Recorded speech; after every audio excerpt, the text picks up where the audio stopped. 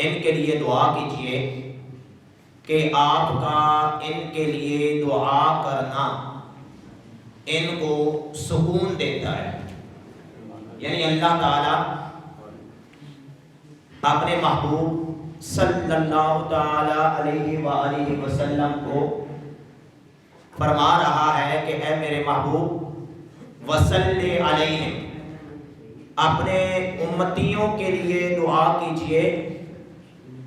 انا صلاتک سکن لہم، کہ بے شک آپ کا دعا کرنا ان کے لیے، ان کے دل کے لیے سکون کا باعث ہے.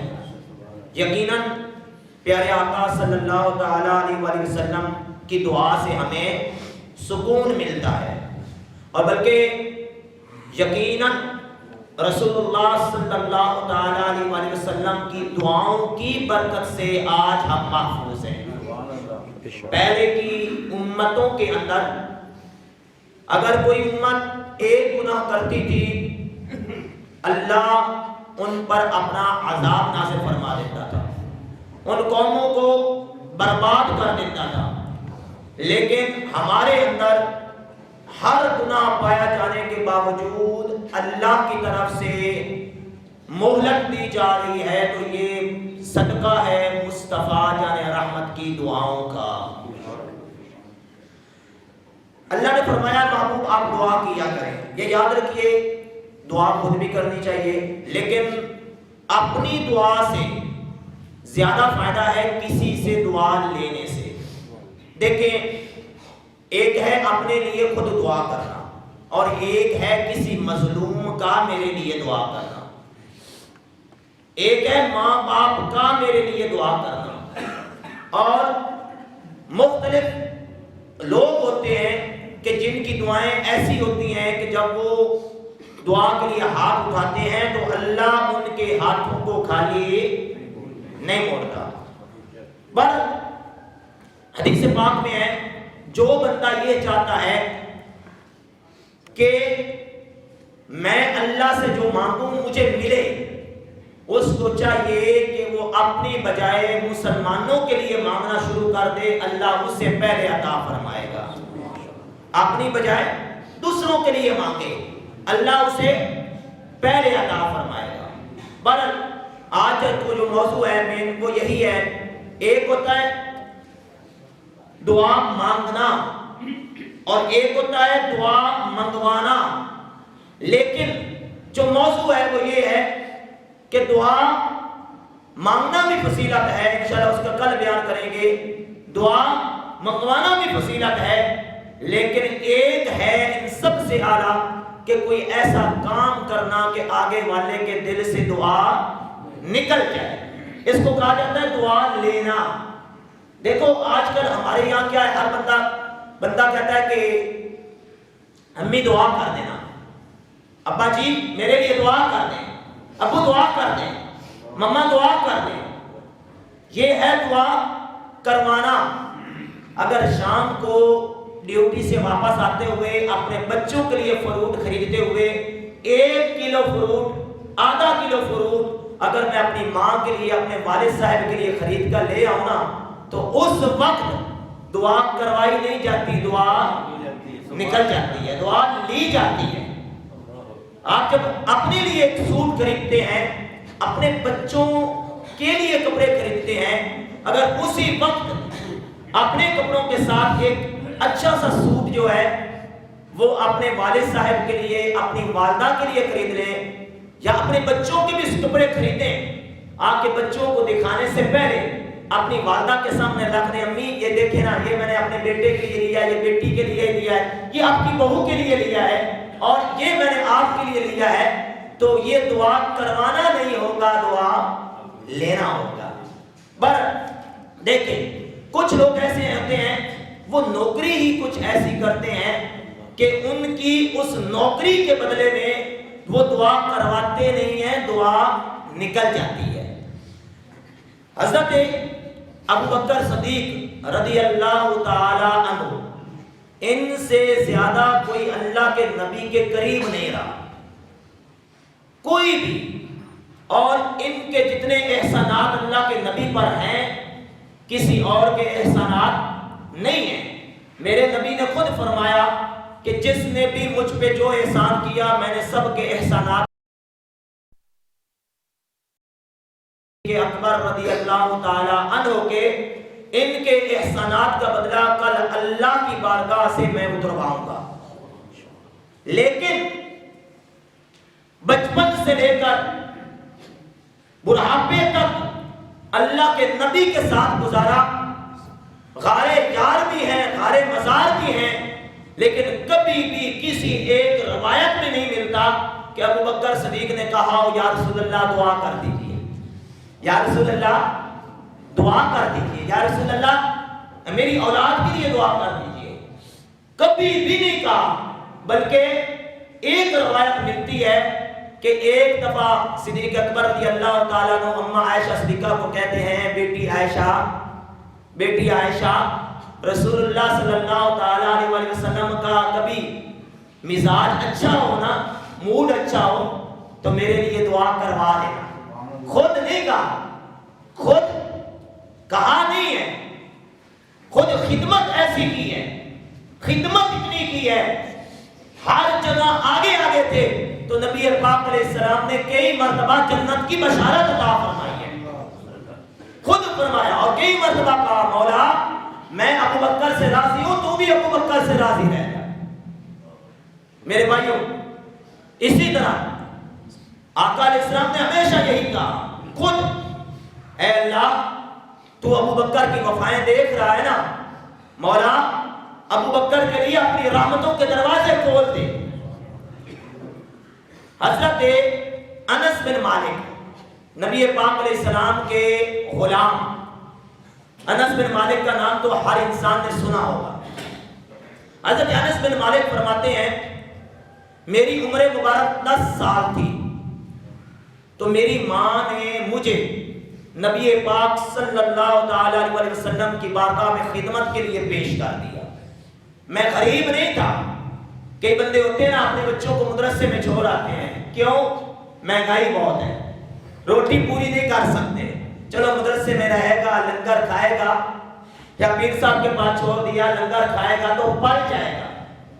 حضرت انس بن مالک فرماتے ہیں مجھے مال کی کمی نہیں تھی، اللہ کا دیا ہوا بہت تھا ہمارے گھر میں، لیکن میری ماں نے نبی پاک علیہ السلام کی خدمت کی خاطر اللہ کے نبی کے گھر میں چھوڑا۔ یار کون چاہتا ہے میرا 10 سال کا بچہ ہو، گھر کے حالات بھی اچھے ہوں، گھریلو مالی پریشانی بھی نہ ہو، اور بندہ کہے کہ میرا بیٹا میں اس کے گھر میں چھوڑ دیتا ہوں، اس کے گھر میں یا چھوڑ دیتی ہوں تاکہ میرا بچہ ان کے برتن دھوئے گا، ان کے گھر سے جھاڑو لگائے گا، ان کے کام کرے گا۔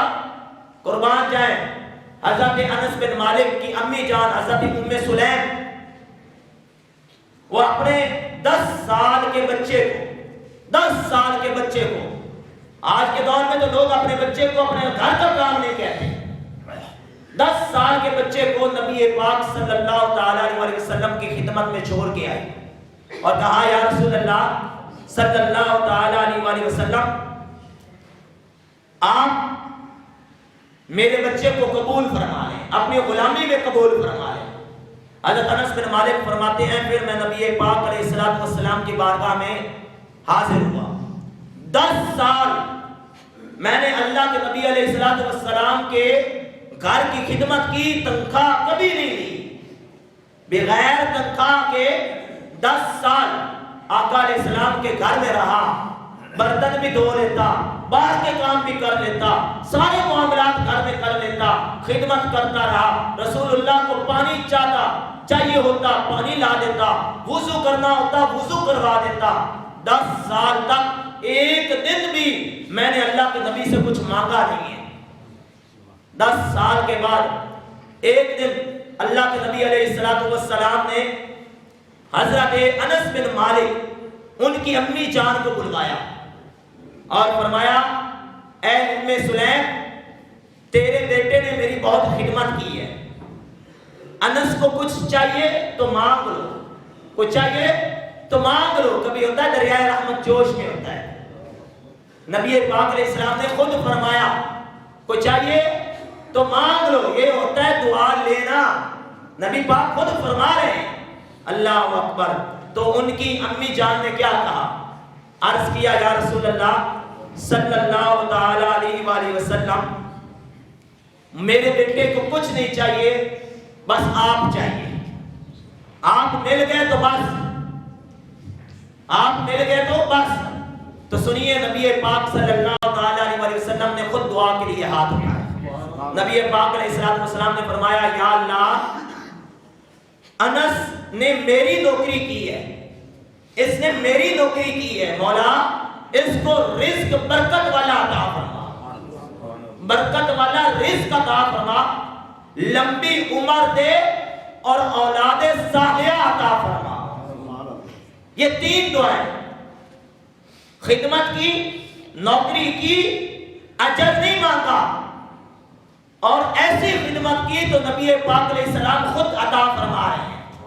یا اللہ انس نے تیرے نبی کی نوکری کی ہے، مولا اسے برکت والا رزق دے. حضرت انس بن مالک فرماتے ہیں مدینے میں میرا ایک باغ تھا، مدینے کے سارے لوگوں کے پاس باغ تھے، میرا بھی ایک باغ تھا، لیکن مدینے کے سارے لوگوں کے باغ میں سال میں 1 دفعہ پھل لگتا، میرے باغ میں سال میں 2 دفعہ پھل لگتا تھا، 2 دفعہ پھل لگتا تھا. اور فرماتے ہیں جتنا میں دماغ میں سوچتا تھا نا، اس کھجور پہ میں مثال دیتا ہوں، اس کھجور کے درخت پر 1 من کھجوریں ہوں گی، فرماتے ہیں جتنا میں سوچتا اتنی نکل آتی تھی. کیا دعا کی؟ یا اللہ انس کو برکت والا رزق عطا فرما، لمبی عمر عطا فرما، صحت والی لمبی عمر عطا فرما. حضرت انس بن مالک فرماتے ہیں میری 135 سال عمر تھی، میرے دانت بھی مکمل تھے، میرے سر کے بال بھی بلیک تھے، وہ بھی ابھی تک کالے ہی تھے، اور میرے منہ سے ایک دانت نہیں گرا. اور پھر فرماتے ہیں حضرت انس بن مالک کہ اللہ کے نبی نے فرمایا مولا انس کو اولاد صالحہ عطا فرما. فرماتے ہیں میں نے اپنی زندگی میں اپنی 100 اولادوں کو دیکھا ہے، کئیوں نے تو لکھا ہے دفنایا ہے، 100 اولادوں کو میں نے خود دفنایا ہے. اولادوں سے مراد کیا ہے؟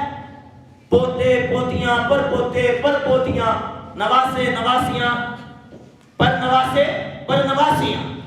فرماتے ہیں میں نے اپنے ہاتھوں سے اپنی 100 اولاد کو دفنایا ہے، جن کی زندگی میں ان کی اللہ نے اتنی ان کو اولاد عطا فرمائی، اتنا رزق عطا فرمایا، اور اتنی عمر صحت والی عطا فرمائی. تو ذرا سوچیں یہ بدلہ کس کا تھا؟ مصطفیٰ جان رحمت کی خدمت کا بدلہ تھا. اسی طرح نبی پاک صلی اللہ تعالی علیہ وآلہ وسلم کے ایک اور غلام ہیں جن کے بارے میں آتا ہے، یہ امام نبہانی حجت اللہ علی العالمین کے اندر لکھتے ہیں. صحابی رسول تھے. ایک دفعہ نبی پاک علیہ السلام کی بارگاہ میں حاضر ہوئے. یہ اس طرح کے تھے کوئی بھی کاروبار کرتے نقصان ہو جاتا. کچھ بندے کہتے ہیں نا یار پتہ نہیں کیا مسئلہ ہے، بیچارے اتنا پریشان ہو جاتے ہیں، وہ کہتے ہیں یار کسی نے کچھ کروایا ہے،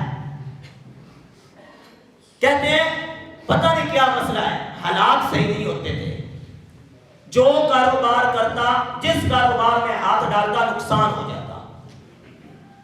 فرماتے ہیں ایک دفعہ میں گھر میں بیٹھا پریشان تھا تو میری بیوی سے یہی بات چیت ہوگی.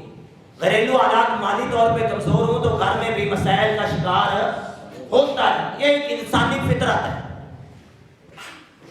فرماتے ہیں کہ میری بیوی نے بھی مجھے تانا مار دیا، تو بھی کوئی ہے، تجھ سے کوئی کام ہوتا ہی نہیں، تیرا کوئی کام چلتا ہی نہیں ہے. فرماتے ہیں میری اپنی بیوی سے منہ ماری ہوئی، میں غصے سے گھر سے نکلا، سیدھا اللہ کے نبی صلی اللہ تعالی علیہ وسلم کی بارگاہ میں حاضر ہو گیا. پریشان ہو کے بیٹھا ہوا. اللہ اکبر. میرے آقا علیہ السلام غلاموں کی خبر رکھتے ہیں، بے خبر ہو جو غلاموں سے وہ آقا ہی کیا ہے. پریشانی کی حالت میں مسجد نبوی میں بیٹھے ہوئے دیکھا تو میرے آقا علیہ الصلوۃ والسلام نے فرمایا مقداد کو آگے بلا کے لے آؤ۔ حضرت علی رضی اللہ تعالیٰ عنہ روایت فرماتے ہیں ایک صحابی گیا ان کو بلا کے آگے لایا۔ نبی پاک علیہ الصلوۃ والسلام نے پوچھا مقداد کیا ہوا، کیوں پریشان ہو، پریشانی کی وجہ کیا ہے؟ عرض کیا یا رسول اللہ جس کام میں ہاتھ ڈالتا ہوں نقصان ہوتا ہے، جس کام میں ہاتھ ڈالتا ہوں نقصان ہو جاتا ہے۔ آج تو گھر میں بیوی نے بھی مجھے تانا مار دیا ہے۔ نبی پاک علیہ الصلوۃ والسلام نے دعا کے لیے ہاتھ اٹھایا، قربان ہے۔ نبی پاک علیہ الصلوۃ والسلام نے دعا کے لیے ہاتھ اٹھایا اور ارشاد فرمایا یا اللہ میرے مقداد کو برکت والی روزی عطا فرما، برکت والی روزی عطا فرما۔ حضرت مولا کائنات علی المرتضیٰ شیر خدا ساتھ ہی بیٹھے ہوئے تھے۔ حضرت مقداد رضی اللہ تعالیٰ عنہ کچھ دیر تو خاموش ہوئے، انسان ہے نا، انسانی ایک فطرت بھی ہوتی ہے۔ کچھ دیر کے بعد عرض کرتے ہیں یا رسول اللہ دعا تو ہو گئی ہے، سبب کیا بنے گا؟ سبب بھی کوئی بتائے، میں کیا کام کروں، میرے حالات سیدھے ہو جائے، کس کام میں ہاتھ ڈالوں کہ مجھے نقصان نہ ہو؟ حضرت علی رضی اللہ تعالیٰ عنہ ارشاد فرماتے ہیں پیچھے سے حضرت مقداد کے کندھے پہ ہاتھ رکھا اور فرمایا دعا ہو گئی ہے، سبب بھی بن جائے گا۔ آقا علیہ السلام نہیں بولے دعا ہو گئی ہے سبب بھی بن جائے گا۔ حضرت مقداد رضی اللہ تعالیٰ عنہ وہاں سے اٹھے گھر چلے گئے۔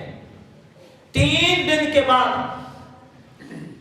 فرماتے ہیں میں اپنے گھر سے باہر دور ایک خالی میدان میں پریشان بیٹھا ہوا تھا، کسی اپنی سوچوں میں گم تھا، کھلے میدان میں بیٹھا ہوا پریشان ہو کر تو میں نے دیکھا کہ ایک چوہا میرے سامنے سے بل میں داخل ہوا اور بل سے باہر نکلا، میرے سامنے آ کر ایک موتی رکھ دیا۔ دوبارہ گیا، دوبارہ ایک موتی ایک ہیرا اس بل سے نکالا میرے سامنے رکھ دیا۔ 7 ہیرے اس چوہے نے نکالے میرے سامنے لا کے رکھ دیے۔ اللہ اکبر۔ فرماتے ہیں میں نے وہ 7 ہیرے اٹھائے لے کر مسجد نبوی میں مصطفیٰ جان رحمت صلی اللہ تعالیٰ علیہ وسلم کی بارگاہ میں حاضر ہو گیا۔ اچھا یہ دیکھیں میرے نبی کی تربیت ہے، آج کسی کی کوئی چیز گری ہوئی مل جائے اور وہ بھی اتنی قیمتی، کون کسی کو واپس کرتا ہے؟ اور اس جگہ پہ اور بندے کے حالات بھی خراب ہو، مالی حالات کا بھی شکار ہو، مشکلات ہو اور پھر واپس کر دے یا اس طرح قربان جائیں۔ میرے نبی پاک علیہ السلام کی تربیت پر حضرت مقداد رضی اللہ تعالیٰ عنہ نے وہ ہیرے اپنے گھر نہیں لے گئے، سیدھا مسجد نبوی میں نبی پاک علیہ السلام کی بارگاہ میں لے کے حاضر ہوئے۔ فرماتے ہیں میں مسجد نبوی میں داخل ہوا ہوں، پیارے آقا علیہ السلام بیٹھے تھے، مجھے دیکھا تو مسکرا دیے۔ ابھی میں آقا علیہ السلام کے پاس جا کے پہنچا ہوں، میں نہیں بولا، میرے آقا علیہ السلام مسکرایا، فرمایا مقداد سبب نظر آ گیا، سبب کا پتہ چل گیا، سبب بن گیا ہے؟ عرض کیا جی یا رسول اللہ صلی اللہ علیہ وسلم یہ واقعہ ہے، یہ 7 موتی اس طرح ایک چوہا تھا، اس کو میں نے دیکھا وہ بل میں یہ 7 ہیرے ہیں، اب میں پوچھنے یہ آیا ہوں یہ میرے لیے حلال ہے یا حرام ہے؟ نبی پاک صلی اللہ تعالیٰ علیہ وسلم نے کیا ارشاد فرمایا؟ فرمایا دیکھ ان میں کوئی سوراخ تو نہیں ہے، ہیروں میں کوئی سوراخ تو نہیں ہے، سوراخ ہے تو پھر کسی کوئی مالک ہوگا۔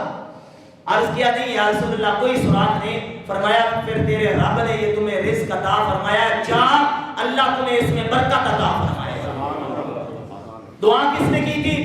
مصطفیٰ جان رحمت نے، دلوں کی ٹھنڈک نے، دلوں کے چین نے، میرے آقا صلی اللہ تعالیٰ علیہ وسلم کی دعا۔ اور یہ رب نے فرمایا وَصَلِّ عَلَيْهِمْ إِنَّ صَلَاتَكَ سَكَنٌ لَهُمْ، میرے محبوب آپ ان کے لیے دعا کریں، آپ کی دعا سے ان کو سکون ملتا ہے، ان کے دکھ درد مٹ جاتے ہیں، ان کی تکلیفیں ختم ہو جاتی ہیں۔ قربان چاہیے۔ حضرت مقداد رضی اللہ تعالیٰ عنہ فرماتے ہیں کہ میرے گھر میں چاندی کے بورے بھرے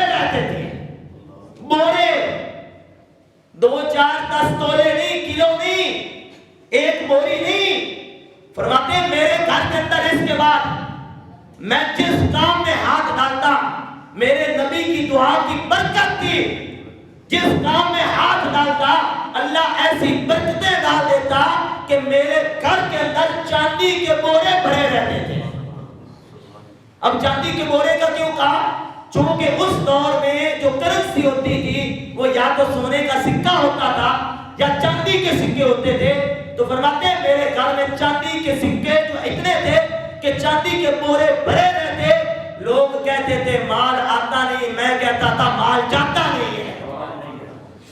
لوگ تو دعائیں کرتے تھے مال آ جائے، کچھ حالات صحیح ہو جائے، فرماتے ہیں دن رات اللہ کی راہ میں بھی دیتا، بچوں پہ بھی خرچ کرتا، پھر بھی میرا مال ختم ہوتا نہیں تھا۔ تو میرے بھائیوں دعا کروایا بھی کریں اور رسول اللہ صلی اللہ علیہ وسلم سے بھی وفا کریں، اپنے نبی سے وفا کریں، تو انشاءاللہ اقبال نے کیا کہا ہے، خودی کو کر بلند اتنا ہر تقدیر سے پہلے۔ ہم دعائیں کرتے رہتے ہیں، میں یہ نہیں کہتا دعا نہ کریں، انشاءاللہ کل کا جو بیان ہوگا نا وہ دعا کی فضیلت بھی ہوگا، لیکن میں یہ نہیں کہتا دعا نہ کریں، لیکن دعا کریں خودی کو کر بلند اتنا ہر تقدیر سے پہلے۔ خدا بندے سے خود پوچھے بتا تیری رضا کیا ہے، آج ہم ہاتھ اٹھاتے ہیں، اللہ کی مرضی ہوتی ہے قبول کرے یا نہ کرے، لیکن اپنے نبی سے بھی ایسی وفا کریں اور اپنے رب کے ایسے بندے بن جائیں کہ پھر رب فرمائے بتا میرے بندے تجھے چاہیے کیا۔ اس لیے میرے بھائیوں ایک دعا کروانا ہوتا ہے، ایک دعا لینا ہوتا ہے۔ دعا کروائیں ضرور، لیکن افضل یہ ہے دعا لیں۔ اپنے ماں باپ کی ہم کہتے ہیں، اپنے استاد کی، امام صاحب کے پاس آتے ہیں، قاری صاحب کیا ہے، قاری صاحب دعا کر دیں، ہم کچھ ایسا کام کریں نا، ہم مسجد کی صفائی کر دیں۔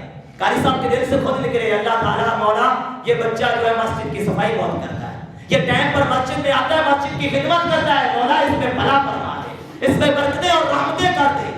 تو اللہ تعالیٰ اپنے محبوب علیہ السلام کا صدقہ ہمیں اپنے ماں باپ کی، امت مسلمہ کی، مظلوموں کی اور خصوصاً بالخصوص مصطفیٰ جان رحمت کی دعائیں عطا فرمائے، آمین بجاہ نبی الامین صلی اللہ تعالیٰ علیہ وسلم۔